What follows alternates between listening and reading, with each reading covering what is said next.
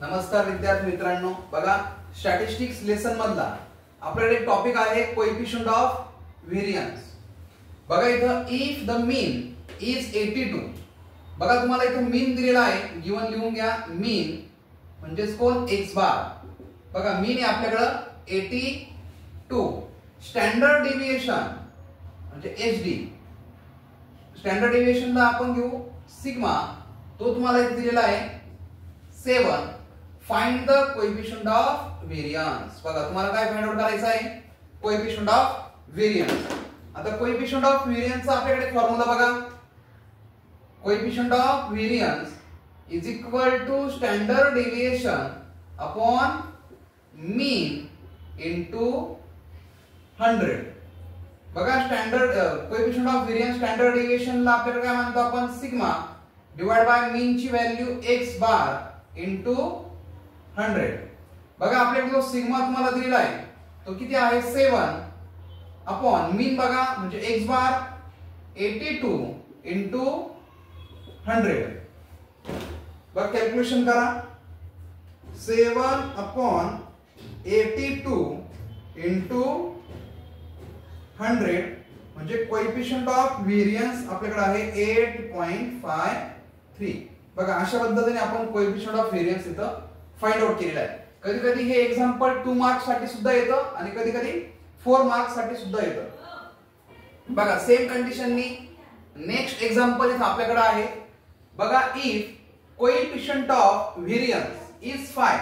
बघा तुम्हाला इथं कोएफिशिएंट ऑफ व्हेरियन्स दिलेला आहे तो आहे 5। त्यानंतर बघा मीन तुम्हाला त्यांनी दिलेला आहे, मीन म्हणजे x बार तो आपल्याकडे आहे 60। तर तुम्हाला फाइंड आउट करायचं आहे स्टँडर्ड डेविएशन। बघा स्टँडर्ड डेविएशन म्हणजे तो सिग्मा तुम्हाला फाइंड आउट करायचा आहे। तर बघा फॉर्म्युला आपल्याला तोच अप्लाय करायचा आहे, coefficient of variance is equal to standard deviation upon mean into 100। बघा कोएफिशिएंट ऑफ व्हेरियन्स आहे आपल्याकडे 5, स्टँडर्ड डेविएशन तो तुम्हाला फाइंड आउट करायचा आहे। बघा स्टँडर्ड डेविएशन आणि मीन तुम्हाला त्यांनी दिला आहे 60 इनटू 100। बघा आता हा डिवाइड बाय 60 इकडे मल्टिपल ला करा म्हणजे 5 into 60 is equal to standard deviation into 100। बघा आपल्याला फाइंड आउट करायचं आहे स्टँडर्ड डेविएशन म्हणजे 5 इनटू 60 अपॉन 100, म्हणजे हा मल्टिपलचा 100 आहे तो आपण इथे डिवाइड केला। बघा इथे 5 इनटू 60 डिवाइड बाय 100 म्हणजे आपल्याकडे जो स्टँडर्ड डेविएशन जो निघालाय तो आहे 3। बघा अशा पद्धतीने हे एक्झाम्पल आपण इथे सॉल्व्ह केलेले आहे। लक्षात ठेवा 2-2 मार्क्स साठी किंवा 4-4 मार्क्स साठी असे सम येतात, व्यवस्थित प्रिपेअर करून ठेवा। फॉर्म्युला फक्त एकच अप्लाय तुम्हाला करायचं आहे आणि त्यापैकी तुम्हाला काही विचारलं जाऊ शकतं। बघा नेक्स्ट एक्झाम्पल इथे सुद्धा आपल्याला बघा सेम कंडिशन, पहिले 2 एक्झाम्पल सारखेच, हे पुढचे 2 एक्झाम्पल आहे। बघा if coefficient of variance is 75%। बघा तुम्हाला कोएफिशिएंट ऑफ व्हेरियन्स दिलेला आहे 75। त्यानंतर स्टँडर्ड डेविएशन इज 24। बघा स्टँडर्ड डेविएशन आहे म्हणजे सिग्मा तो तुम्हाला दिला आहे 24। फाइंड द मीन, बघा मीन म्हणजे तुम्हाला x बार इथं फाइंड आउट करायचा आहे। बघा कोएफिशिएंट ऑफ व्हेरियन्सचा formula, coefficient of variance is equal to standard deviation upon mean into 100। आलं लक्षात? कोएफिशिएंट ऑफ व्हेरियन्स बघा 75, त्यानंतर standard deviation 24 upon mean into 100। बघा आता हा मीन आपल्याला फाइंड आउट करायचा आहे, तर मीन आता हा डिवाइडला आहे, तिकडे लेफ्ट साइड जाताना तो मल्टिपलला जाईल आणि इथला जो मल्टिपलचा आहे तो इथे डिवाइडला आहे।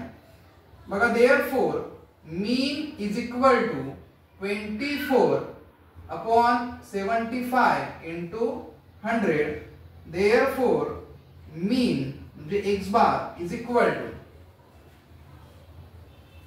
बघा 24 डिवाइड बाय 75 इनटू 100 म्हणजे आपल्याकडे मीन जो आहे 32। बघा अशा पद्धतीने आपण इथे मीन फाइंड आउट केला. त्यानंतर नेक्स्ट एक्झाम्पल बघा, इफ मीन इज, तुम्हाला मीन दिलाय म्हणजे एक्स बार तो आहे 34.5. बघा त्यानंतर स्टँडर्ड डेविएशन, बघा स्टँडर्ड डेविएशन म्हणजे सिग्मा, तो आपल्याकडे आहे 5 आणि फाइंड आउट करायचं तुम्हाला कोएफिशिएंट ऑफ व्हेरियन्स. बघा अशा पद्धतीने गिवन लिहून घ्या आणि मग फॉर्म्युला मध्ये पण व्हॅल्यू पुट अप करू. बघा फॉर्म्युला अगोदर लिहून घ्या, coefficient of variance is equal to standard deviation upon mean into 100. बघा इथे तुम्हाला स्टँडर्ड डेविएशन आहे आपल्याकडे 5, मीन पण आपल्याला दिलाय 34.5 इंटू 100, म्हणजे आपल्याकडे काय निघेल कोएफिशिएंट ऑफ व्हेरियन्स. बघा म्हणजे 5 अपॉन 34.5 इंटू 100, म्हणजे आपल्याकडे हा निघतोय 14.49. अशा पद्धतीने आपण कोएफिशिएंट ऑफ व्हेरियन्स इथं फाइंड आउट केलेला आहे.